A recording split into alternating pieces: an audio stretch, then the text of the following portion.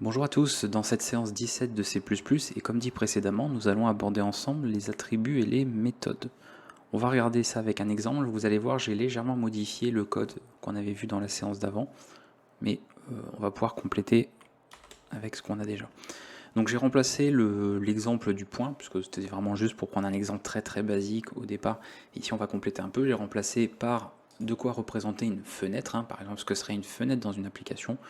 Et voilà, j'ai gardé le code un petit peu près comme la dernière fois, c'est-à-dire une simple petite initialisation ici, ici le constructeur par défaut, et ici dans l'implémentation, enfin pas dans l'implémentation pardon, mais dans la définition, donc le fichier d'entête, on avait marqué tel quel le constructeur par défaut avec tout ce que nous avions vu juste avant.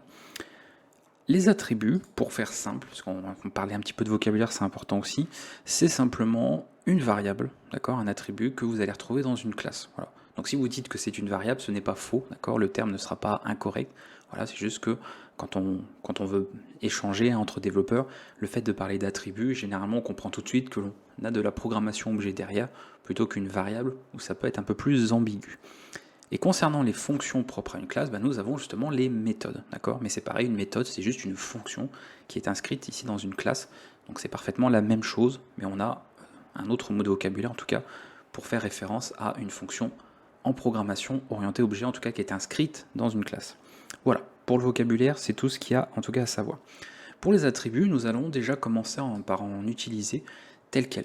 Un constructeur, c'est une fonction, d'accord, c'est une méthode un peu particulière, mais qui fonctionne tel quel, et nous allons pouvoir définir nous-mêmes un constructeur enrichi, donc c'est-à-dire un constructeur qui possède finalement des paramètres et sur lequel nous allons pouvoir renseigner les arguments lorsque nous allons faire l'initialisation, donc créer en tout cas un objet, donc instancier en fait au niveau de notre classe. Donc, le constructeur par défaut, tel quel, pour éviter tout problème, parce qu'on ne va pas le réutiliser à ce stade, pour faire savoir au compilateur de nous générer un constructeur par défaut implicite, nous allons ajouter, on avait vu la dernière fois, je vous avais dit qu'on pouvait annuler ce dernier en utilisant le mot-clé delete, et ici nous allons faire l'inverse, nous n'allons pas nous occuper de décrire en fait le code de ce dernier, tel qu'il était là par exemple, mais nous allons indiquer qu'il est par défaut, voilà, généré implicitement en fait par le compilateur. D'ailleurs, si j'actualise, mais si je compile et que j'essaie d'exécuter mon code, vous allez voir qu'automatiquement ça va lui poser problème puisque j'avais écrit le code ici. Donc le terme anglais qui est utilisé, c'est defaulted, parce qu'on parle de default constructor, donc un constructeur par défaut, et qui est implicite, donc le terme utilisé en anglais, c'est celui qui a été choisi, c'est defaulted. Donc vous verrez souvent defaulted, default constructor. Et à partir de là, je ne peux plus en fait faire cette définition puisque c'est au compilateur de se charger de ce travail. Donc là normalement, si je recompile cette fois-ci, c'est bon. Voilà, et ça marche très bien. Donc on ne s'occupe plus de ça. Voilà, constructeur par défaut, on ne s'en occupe pas, c'est le compilateur qui s'occupera de cette partie. On le déclare ici, en tout cas avec une valeur default, et c'est le compilateur qui fera cette génération automatique. Maintenant, nous allons définir un autre constructeur, ici, et ce que je vais indiquer, je vais simplement dire que je veux le nom de ma fenêtre, title, voilà. Et pour moi, on va juste rester là-dessus. On va faire de toute façon au fur et à mesure. Ici, je vais avoir besoin évidemment de string puisque je fais référence au type des chaînes de caractères. Et on récupère ceci. Donc ça, c'est le fichier d'entête, c'est la définition. Pour l'implémentation, c'est très simple. Le nom de la classe, toujours pareil, l'opérateur de résolution de portée, suivi de ceci. Je n'ai rien avant, puisqu'en fait c'est un void, ici on ne l'indique pas, enfin en tout cas dans le cas du constructeur, on verra que pour une méthode ce sera différent, mais le type de retour s'indiquera toujours avant, d'accord, cette partie-là. Ça, considère en fait, ça fait partie du nom, c'est le nom entièrement qualifié de la méthode, là en l'occurrence un constructeur, mais on a le cas où le constructeur, lui, n'a pas de type par défaut qui est renseigné, même pour void. Donc on fait ceci, et je vais faire une simple implémentation. Ici on va rester vraiment sur quelque chose de simple. Ma fenêtre, fenêtre, et pourquoi pas comme ceci. Donc très simple, on va compléter, il n'est pas tout à fait complet ce constructeur pour être un peu plus correct en tout cas, un peu plus on va dire rigoureux. On va le compléter par la suite, c'est juste pour que vous voyez un petit peu ce que ça nous donne.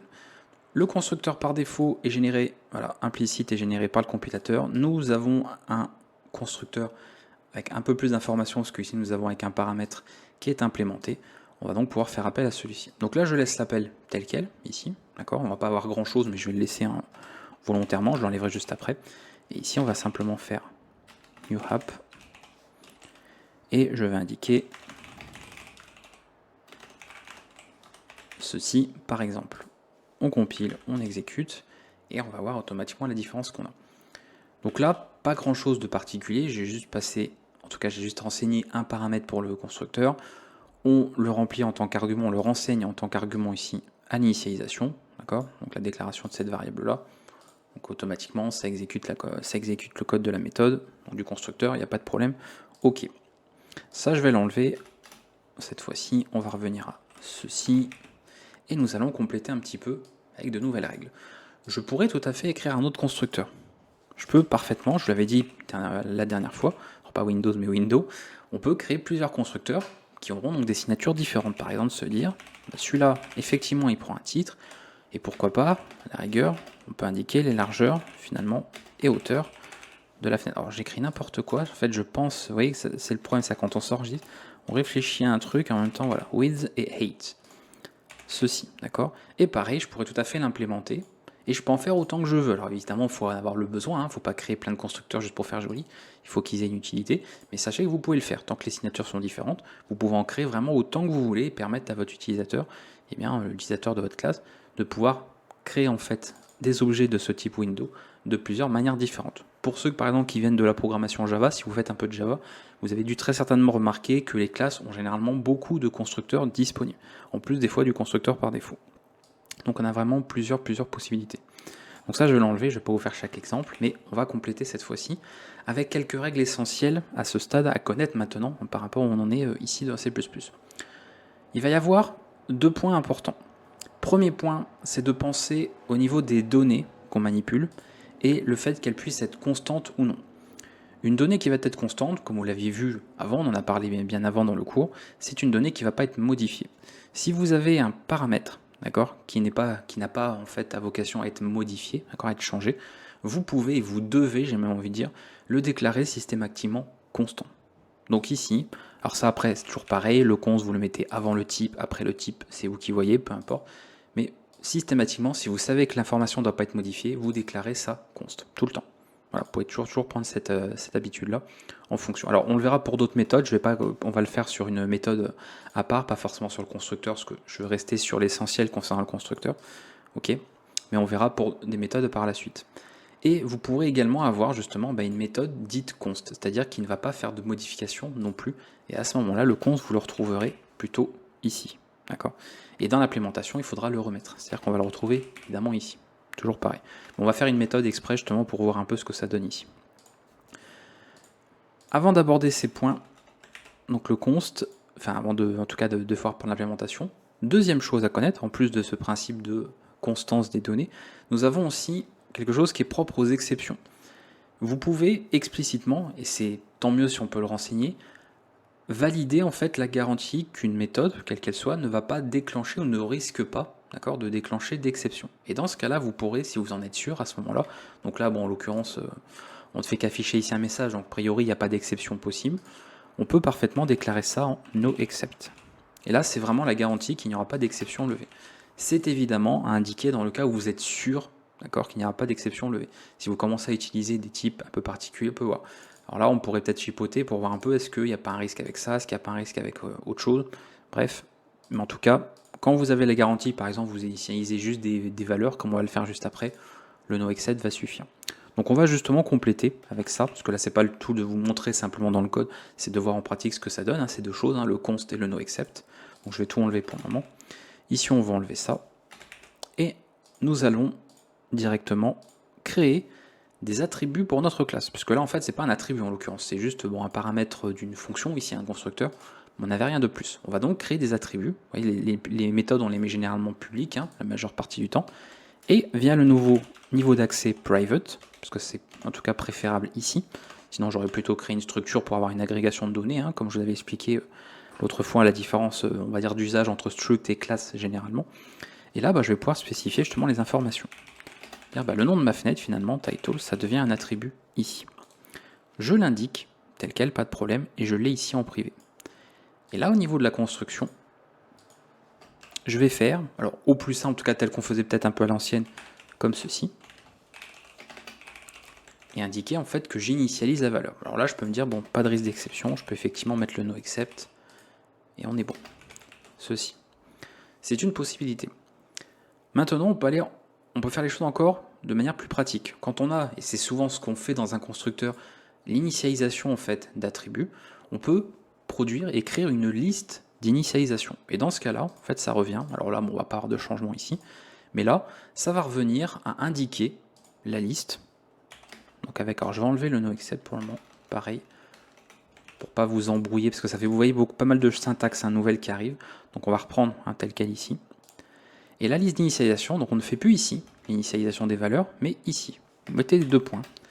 Vous renseignez l'attribut que vous voulez, donc l'attribut c'est ce que vous avez dans votre classe, dans sa définition, donc ici title, d'accord, et vous indiquez la valeur qui va être injectée dans cet attribut. Alors ça peut être ça. D'ailleurs, je peux même éventuellement changer le nom, comme ça pour pas qu'on s'embrouille. Voilà. C'est-à-dire dans l'attribut title de ma classe window, j'injecte en fait finalement le contenu de cette variable t, d'accord.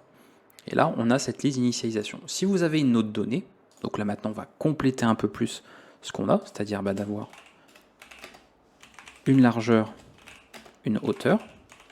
Je veux renseigner obligatoirement, demander obligatoirement ces informations à la construction. Donc je vais reprendre ceci.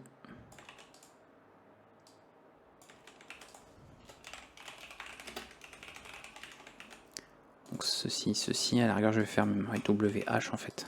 Il faut que je rechange. Comme on fait les changements d'un côté, pas de l'autre, pas aller trop vite. Voilà, alors évidemment mettez des noms vous plus explicites. Moi c'est juste pour vous, pas vous embrouiller, mais en temps normal je mettrai les noms identiques personnellement. Là c'est pour que vous compreniez bien qu'on a bien deux choses différentes. Donc attribut title, width, height, d'accord. Un constructeur avec 3 paramètres. Les 3 paramètres sont à renseigner là, et ma liste d'initialisation, je vais la faire tout simplement comme ceci. Séparée par des virgules. Voilà, et après, bon, no except cette fois-ci qu'on peut mettre à la fin. Ici, si on a la garantie qu'on ne fait rien d'autre qu'ici, notamment donc de l'initialisation de valeurs, donc pas de risque d'exception, et ça va être injecté dans ces valeurs ici. Et là, obligatoirement, je suis obligé de renseigner les 3 valeurs, puisque je n'ai pas en fait créé un autre type de constructeur, et voici ce que nous avons. Très simplement, voyez comment ça se passe. Je pourrais aussi mettre des valeurs par défaut, parce qu'on peut le faire, ça c'est révision des fonctions, ce qu'on a vu déjà en C++, d'indiquer, si on ne précise pas une hauteur, enfin une largeur, pardon, on peut mettre justement une taille par défaut, et puis si on ne précise pas une hauteur, pourquoi pas également d'avoir autre chose. Voilà. Et à partir de là, ici, si la personne dans la déclaration ne fait pas, n'indique pas les valeurs, et bien c'est les valeurs 800 par 600 qui seront prises par défaut à la construction. Donc tout ceci fonctionne, il n'y a rien de nouveau en soi au niveau des fonctions, donc les méthodes, c'est juste qu'on les fait ailleurs. On a bien sûr ça qui est nouveau pour le coup, parce que c'est propre au constructeur, donc c'est pas une simple fonction, on va dire banale, mais pour tout le reste, toutes les règles qu'on a vues, les retours, etc., avec ou sans paramètres, c'est les mêmes règles que ce que nous avions vu sur les fonctions précédemment. Donc vous voyez, c'est un petit peu plus complet, on a quelque chose qui se complète un petit peu ici. Complétons, puisque je vais enlever ça cette fois-ci. Je pense maintenant c'est suffisamment clair pour vous. Donc oui, je vais laisser tel quel. Par contre, on va on va compiler par contre, là, parce que pareil, pas que je vous dise de bêtises. On va compiler juste ce code-là. J'ai laissé que le titre de la fenêtre, ça ira très bien. Et là, j'ai oublié.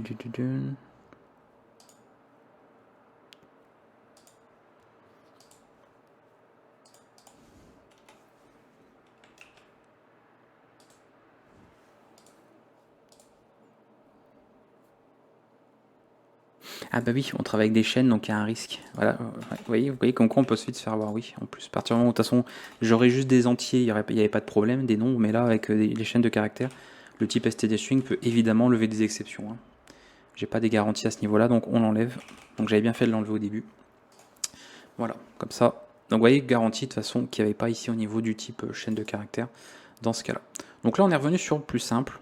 Donc simple possibilité de créer une fenêtre avec un titre. Et ça va très bien comme ça. Maintenant, on va créer une petite méthode. Alors, on va pas faire grand chose avec celle-ci. C'est vraiment plus pour tester.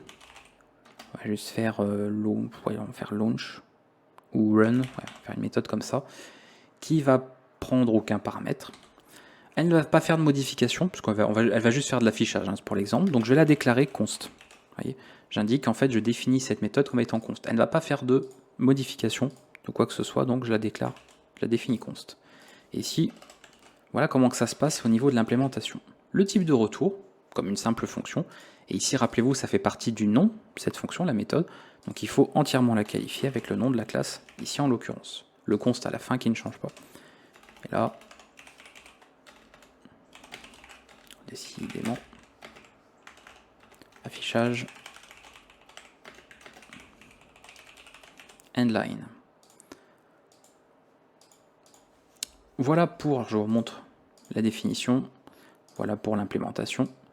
Et maintenant, pour l'appel, on a forcément une petite nouveauté, hein, par rapport à ce qu'on faisait avec des simples appels de fonctions précédemment. Comme tout part d'un objet, bien vous devez faire référence d'abord à cet objet. Vous ne pouvez pas en fait dire directement je fais ça. Ce n'est pas une fonction isolée telle quelle dans un fichier qu'on a déclaré ailleurs. Ça fait partie, c'est une méthode de la classe window, donc elle doit être appelée ici en l'occurrence par un objet de cette classe window. Donc vous rajoutez le nom de votre objet et l'opérateur en fait de portée, donc ici le point, qui dit en fait dans l'objet de cette classe, je fais appel à sa méthode run, qui bien sûr doit exister pour pouvoir être appelée. Et là on est bon.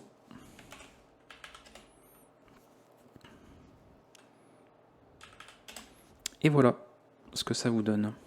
Donc je pense que ce n'est pas compliqué, en soi c'est juste de la nouvelle syntaxe, une nouvelle mécanique évidemment qui entre en compte avec la programmation objet, mais comme vous voyez, ça reprend beaucoup de choses vues précédemment. La nouvelle règle, on va dire, c'est surtout ce côté de données qui sont constantes et le fait aussi qu'il peut y avoir des choses qui ne déclenchent pas d'exception. Alors là d'ailleurs, je pense qu'on doit pouvoir mettre no except, parce qu'on fait que de l'affichage, donc normalement ça doit passer. De toute façon, c'est toujours mieux. C'est mon avis personnel, après hein, chacun a son avis sur la question. Mais moi j'ai toujours fonctionné là-dessus, quand on peut en fait, alors que ce soit en sécurité, que ce soit dans ce cas de constante, pas constante, de mettre un maximum de, comment dire, d'informations, si vous voulez, de sécurité, de verrous, on va dire, et après de les enlever, voilà, s'ils ne sont pas nécessaires. Comme par exemple, si on voulait bloquer, je sais pas moi, vous développez sur un site web, vous voulez par exemple mettre tout un tas de sécurité en place, mieux vaut tout interdire par défaut, et vous autorisez seulement les types de requêtes, par exemple, que vous autorisez, pas l'inverse, pas de tout mettre en liste blanche et après on interdit au cas par cas. C'est mieux de fonctionner à l'envers. Là, c'est pas plus mal aussi, surtout si vous, par exemple, vous n'êtes pas forcément sûr, de déclarer tout constant. Voilà, alors c'est pas forcément, bon, ça peut faire perdre peut-être un petit peu de temps, mais mieux vaut à la rigueur de mettre des consts en trop dans votre code, ou du no except en trop, comme par exemple tout à l'heure je l'ai fait parce que j'ai pas fait gaffe que j'utilisais de la chaîne de caractères, et donc ça pouvait déclencher les exceptions, et puis après éventuellement votre compilateur vous rappelle à l'ordre en vous disant attention, là tu as déclaré ça const alors que tu le modifies. Voilà, mieux vaut devoir enlever un const ou un no except que l'inverse, parce que si vous ne l'avez pas mis alors que vous auriez pu le mettre, votre compilateur va pas forcément vous dire tu aurais pu mettre ici cette variable constante. Il va laisser faire parce que votre code est valide.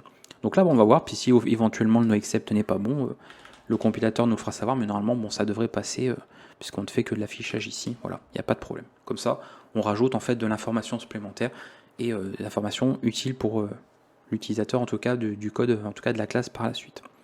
Voilà, comme ça on a maximum d'informations à ce niveau-là. Donc les méthodes, j'ai rien à vous dire de plus en particulier, hein. Vous pouvez créer des méthodes, comme vous voyez ici, sans paramètres, créer des méthodes avec des paramètres, vous pouvez mettre des valeurs par défaut, hein, comme on l'a fait tout à l'heure avec, la largeur et la hauteur. Donc on peut faire toujours ça. Et le type de retour, bien sûr, comme vous l'avez vu avec les fonctions précédemment.